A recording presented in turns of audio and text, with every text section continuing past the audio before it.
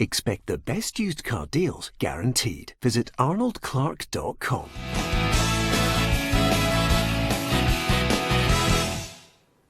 Welcome to Peter and Ruffy's Football Show on this Wednesday. Delighted that you could join us. I'm Peter Martin. Alan Ruff and Barry Ferguson are with me. We're going to look back at those two dramatic Scottish Cup replays.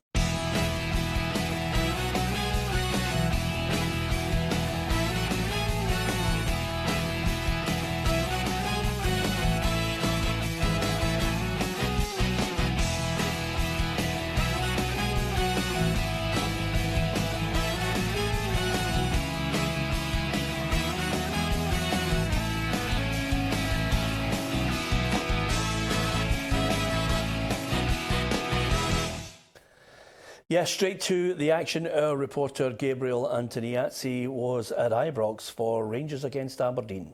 Aberdeen will meet Celtic at Hampden in the Scottish Cup semi-final after they knocked Steven Gerrard's Rangers team out with a 2-0 win at Ibrox. McGinn gave the Dons the lead after 3 minutes, latching onto a slack back pass from Glenn Kamara, and 19-year-old Conor McLennan doubled the advantage just after the hour mark. It's likely to be a silverware-less season for Rangers, and Gerrard knows that is not good enough. We started the game extremely poor. Obviously gifted them a goal on the back of a bad start, and it never really got much better from there. So from start to finish we were miles off tonight in every department. It's now the third time this season Derek McInnes' side have beaten Rangers in Glasgow, so perhaps more people should have seen it coming. Everybody was expecting an Old Firm semi-final, so sorry to disappoint those who tipped that, but we'll look forward to that game. Can McInnes' young side finally bring home the Scottish Cup? Many of his players weren't even born last time they did so, back in 1990. Well, I'm one of those pundits who thought Rangers would turn Aberdeen over after, of course, that draw up at Pittodrie. It was in their own backyard. Rangers had it all to play for. It was the last chance for me for silverware. I got it wrong. I think I owe Derek McInnes an apology on this one. I didn't see it coming. Neither did I. I thought Rangers would have won the game. I says it was going to be a difficult game. It always is against Aberdeen, but Rangers being at home in front of their own fans, I fancied Rangers to win the game. Now, they started off sloppy. You give Aberdeen a goal at a start. I know Niall McGinn finished it off really well. But then Aberdeen have got something to hold on to. And Derek McInnes' team defensively are solid. And it's going to be a difficult night. And it ended up, at the end of the day, Aberdeen deserved to go through. I know Rangers had a few sniffs at goal, but overall, Steven Gerrard was right in his when he spoke after the game. Aberdeen did deserve to get into the semi-final. He's got a poorer record now, Ruffy, than Warburton, Kashinya, Murty as well. You just have to look at the stats there. 52.2% win percentage over the games played. Kashinya 53, Murty 62 and Warburton 65, close to 66. Is he under pressure? No, I don't think so. I think when Steven Gerrard decides to move, it'll be his decision. I don't think the club will make that. You think so? Yep, yeah, definitely. You think the days of a club making a decision on a manager are gone? No, I think what he's done is he's had a good European run, which will be a plus for them. They are a better side, there's no doubt about that. Yeah, they do have to win trophies, but I don't think he'll get sacked. I think he'll be there until they improve. I really don't think they'll sack him. Do you think, Barry, that he has to have a good performance in the game against Celtic at Celtic Park? I can't see anything other than that as a kind of a momentary respite from the criticism, because there are a number of games this season, big games, where they've been looking and saying, OK, step up to the plate, perform, and they've failed. And Aberdeen, I think it's indicative of the way Scottish football operates. This should all be about how good Aberdeen were rather than how bad Rangers are. Yeah, you've got to give Aberdeen credit. But the last 4 days I've come down, got a very good point at Celtic Park, and I've went to Ibrox in a quarter-final in the Scottish Cup and deserved to go through into the semis. Regarding Steven Gerrard, I don't think he will be under pressure. I think it's a big summer for him. He's had to do a full rebuild. I still think there's some positions there that need strengthened, and he'll know that. But you can see him in his interviews, he's bitterly disappointed. When it comes to the big games, these Rangers players haven't stepped up to the mark, and that's what will be frustrating them. There's no doubt in my mind. I do think they're a better team. I do think they've got good players, But when it comes down to the nitty-gritty, Peter, when you're involved in games, quarter-finals, getting to Hampden against your biggest rivals, they're games you've got to be winning. The thing I would question, not particularly Steven Gerrard, but the club, this short-term fix, this bringing in players short-term, loan players, bringing in players Defoe. Well, hold on a minute. Davis. Hold on a minute, Ruffy. That's nothing to do with the club. The club have said they're going to back the manager.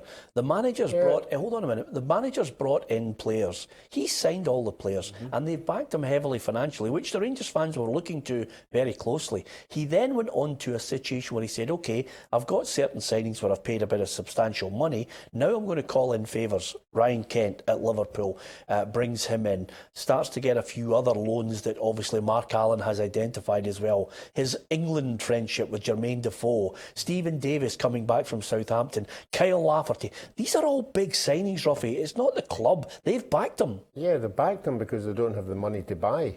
So they've went into the same situation as the last time. Let's get players on big money, and that's where it all went pear-shaped, because the money that they were paying there was putting the club financially restraint on them.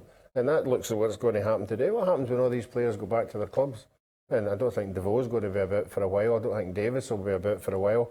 There is no strategy to make Rangers a better team in 3 or 4 years' time. You've got Aberdeen last night threw in 3 teenage boys. Now, that is the future of that Aberdeen club. And I don't see why Rangers have never went down that route. Yeah, Jermaine Defoe was trying to put a positive spin on it last night.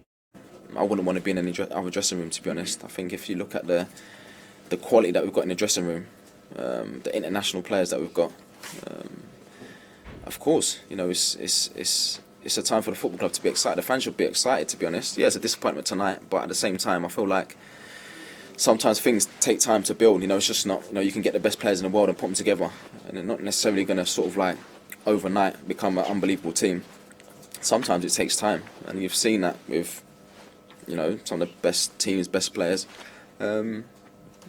But if I was a Rangers fan, if I'm on the terraces and I'm watching the games, and I've got a season ticket, I'll definitely be excited, because this club and the team's definitely going places. I'm not too sure some Rangers fans will share his view that they should be excited about the squad that they've got assembled. I think Rangers season's over. Do you?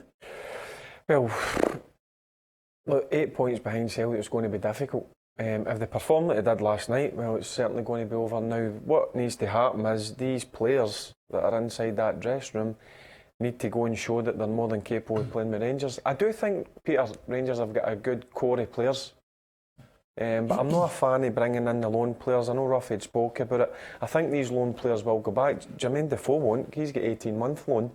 I don't think they'll cancel that. I think in an ideal world, Steven Gerrard would like to bring in players on 2 and 3 year contracts, and that's going to cost money. That's when you've got to go out and pay transfer fees or whatever. I don't know if Rangers have got that to go and do that, or whether it's loan signings, but in an ideal world, I think they need to go and get 3 or 4 players who are going to kickstart that team again.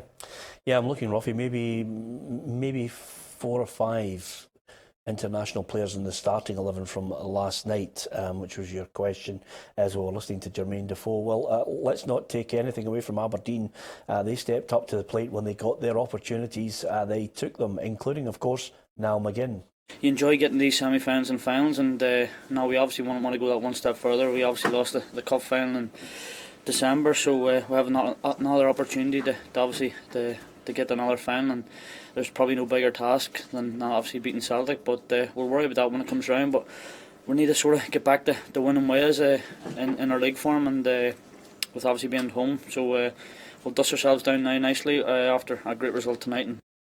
Well, I think they'll go into that semi-final feeling mega confident, Ruffy. They gave Celtic a run for their money at the weekend as well. Yeah, I've said it on numerous occasions. It doesn't matter whether you're Aberdeen or whoever. If you're in a team that go to Parkhead and go to Ibrox and come away with a draw, it gives you the confidence. Way back, you would just go there and hopefully you could get away with maybe getting beat 3 or 4-0 would be a reasonable result. But if you go there and get a draw, the next time you go back, you're going to expect the same, if not better. Okay, from one semi-final, from one quarter-final replay to the next one. Of course, it was Tynecastle. Ruffy was through there. He was slightly higher up. The rain wasn't belting him as much as it was belting me in the face. But in the end, there was one man singing and smiling in the rain. That was, of course, Craig Levein, as Hearts booked their place in the last four. Here's the quiz.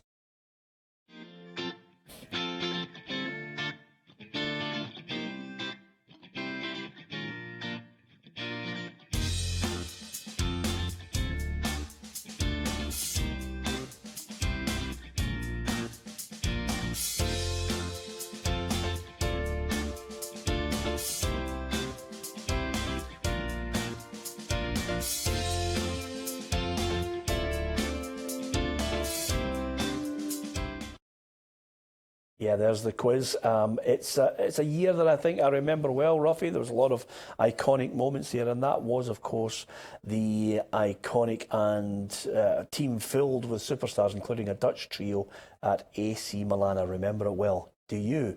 Good luck with the quiz. You can get us on social media. Give us your thoughts on Aberdeen booking the place in the last four of the Scottish Cup. They'll take on Celtic. But what about Tynecastle? Hearts against Ruffy's Partick Thistle.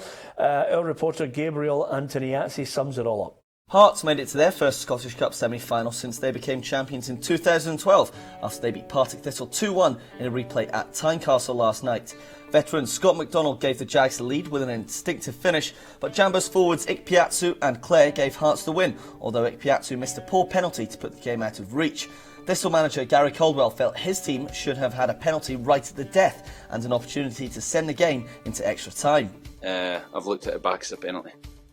Everyone knew it in the stadium. I think it was Christoph Berra knew it was a penalty. For Craig Levein, this season represents a chance to finally win the Scottish Cup for Hearts, having come so close as a player. The final's the thing, isn't it?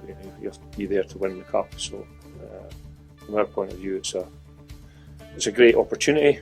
Hearts will back themselves to reach the final, but their opponents, Inverness Caledonian Thistle, have won the trophy more recently than them in 2015. Yep, it's two old Hearts boys that will come head-to-head in Craig Levein and John Robertson. Last night, the conditions weren't great, but football at times managed to break out, Ruffy. I say at times. It tended to suit Uche Ikpeazu more than anybody. Yeah. He just seemed to soak it all up. Yeah, he did. He was part of everything that Hearts done, and quite rightly so. Takes two people to sort of get round about him and try and get the ball off him. I think that we mastered it eventually.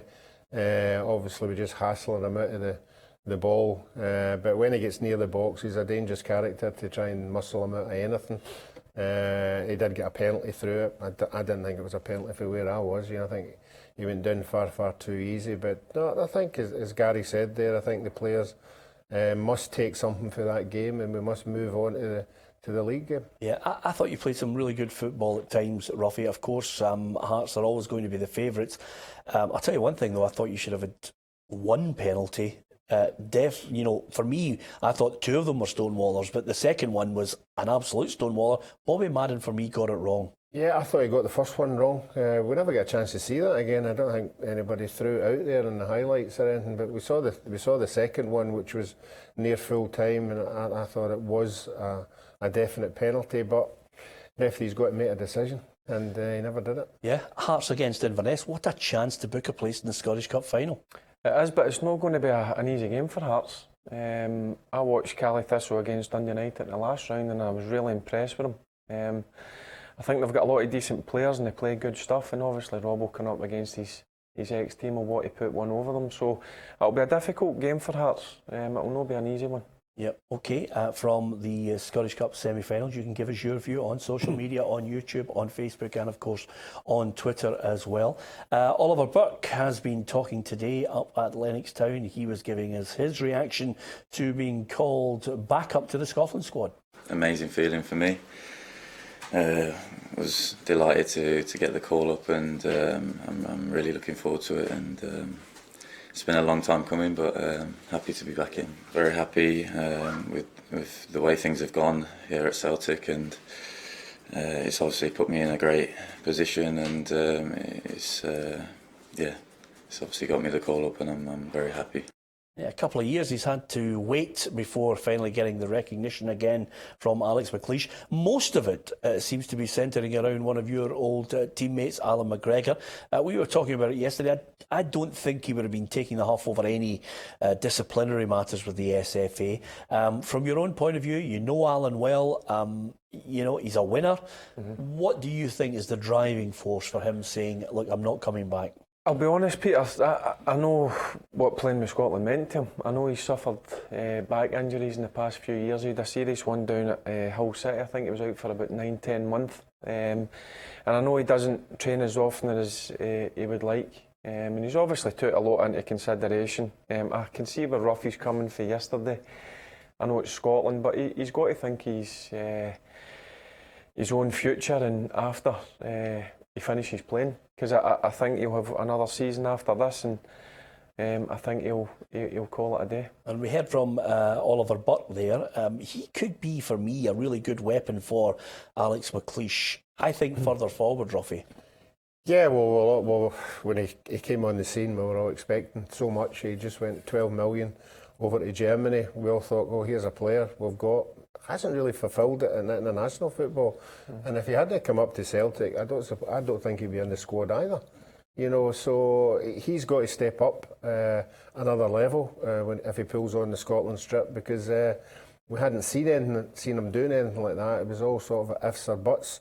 But let's hope he does, you know, because we really do need somebody to put the ball in the back of the net. Yep. Let's talk about some other signing deals, because pre-contracts are getting ever closer for more and more players who want to try and secure their future, especially if they're coming to the end of that deal at their present club. Craig Halkett signed for Hearts in a pre-contract deal. I think that's a good bit of business. Oh, I'm not surprised. I was really impressed with him last year in the Championship with Livingston, and he's just kicked on again in the Premier League, and he's been Livingston's best player, and I'm not surprised that Hearts have come in and tried to get him. Really good player, get let go for Rangers, and he's went and proved a lot of people wrong. I tried to avoid for as long as possible talking about the conduct of supporters. It's something that's been dogging the programme for quite a while now, Ruffy, and dogging Scottish football and the UK football, as you know, on the whole, because of attacks on players. Leanne Dempster's come out and she's basically made a statement on the Hibs website, just calling for the fans to take a stand as well. They've banned the fans. She's explained what they've done in the process of the supporter who tried to attack James Tavernier.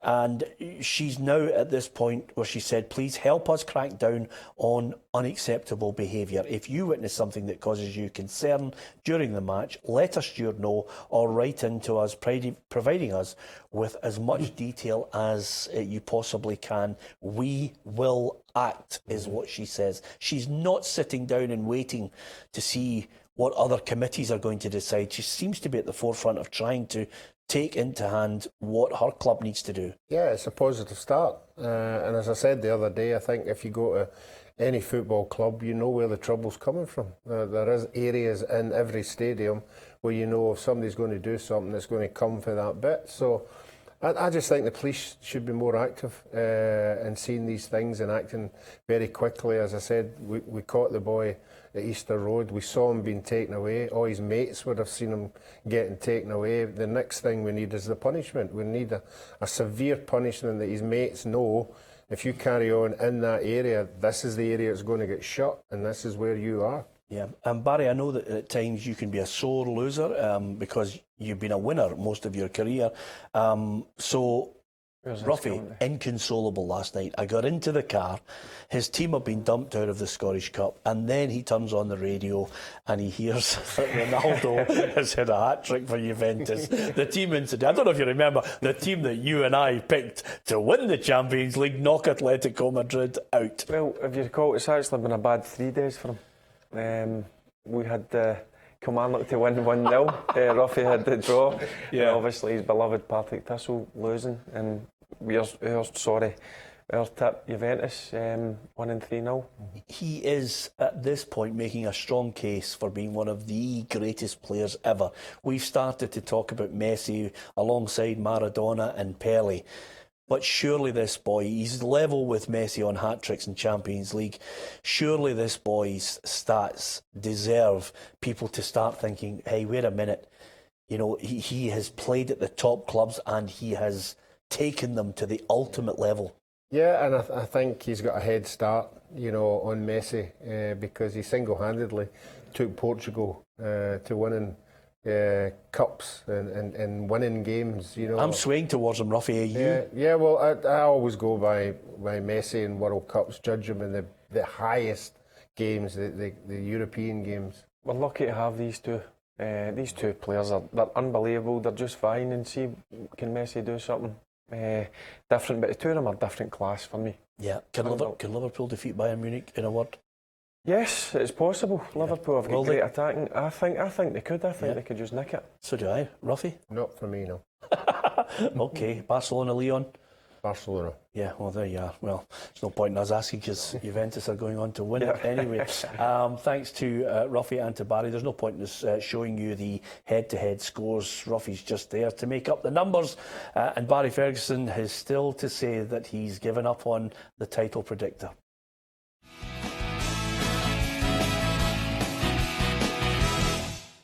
Expect the best used car deals guaranteed. Visit arnoldclark.com.